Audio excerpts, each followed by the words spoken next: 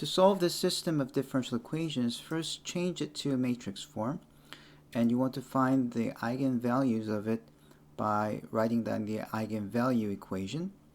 And here we see that the two solutions are 2 and 4. Now that you have the eigenvalues, you now have to find the eigenvectors corresponding to it. So let's do lambda equals to 2, see what it gives us.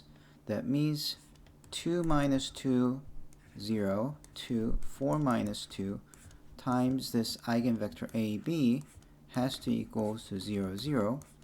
And this gives you 0, 0, 2, 2, AB equals to 0, 0, which the first line just says 0, no matter what A and B are, but the second line says 2A plus 2B has to be 0, and that means that A and B are negatives of each other, and one simple solution is just 1 and negative 1. So we see that the eigenvector for this eigenvalue is 1 and negative 1.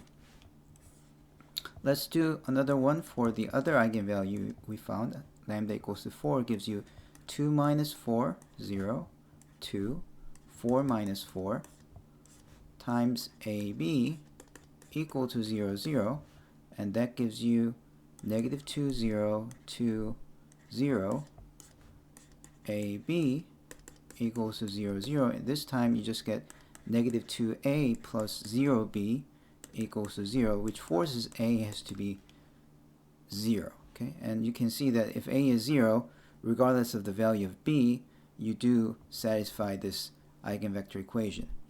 And for the simplest value of B, we choose B to be 1, so we take that second eigenvector to be 0, 1.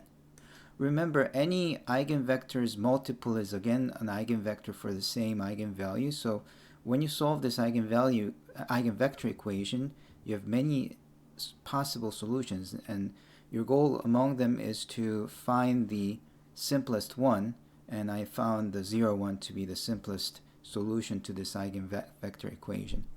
Alright, so now that we agree on that, we can write down the general solution as xy as the C1 times the eigenvector 1, negative 1, times the eigenvector, which is 2, plus C2 times the eigenvector, 0, 1, and the eigenvalue, which is 4.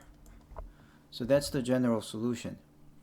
However, it's not done yet because we need x of 0 to be 3 and y of 0 to be 0. So what does that mean? Well, if you read this solution, this really means that x is C1 times 1 times e to the 2t, and then C2 times 0 times e to the 4t, so that's nothing. So that's just x equals to C1 e to the 2t.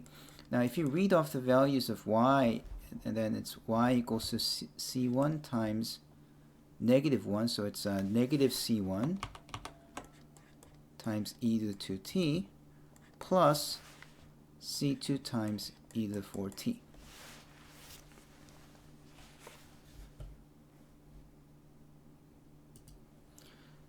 So from this, we can now plug in x of 0 equals to 3, which means, let's see, x of 0 plugged in here just gives you C1 times e to the 0th power, which is just C1, and that has to equal to 3.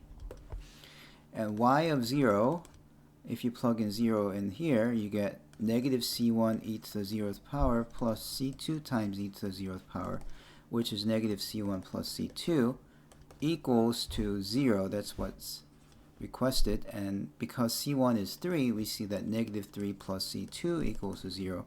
That gives you that C2 must be positive 3.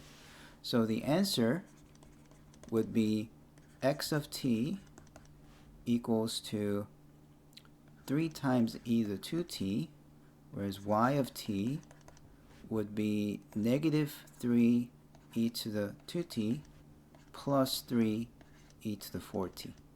That's how you write down the answer.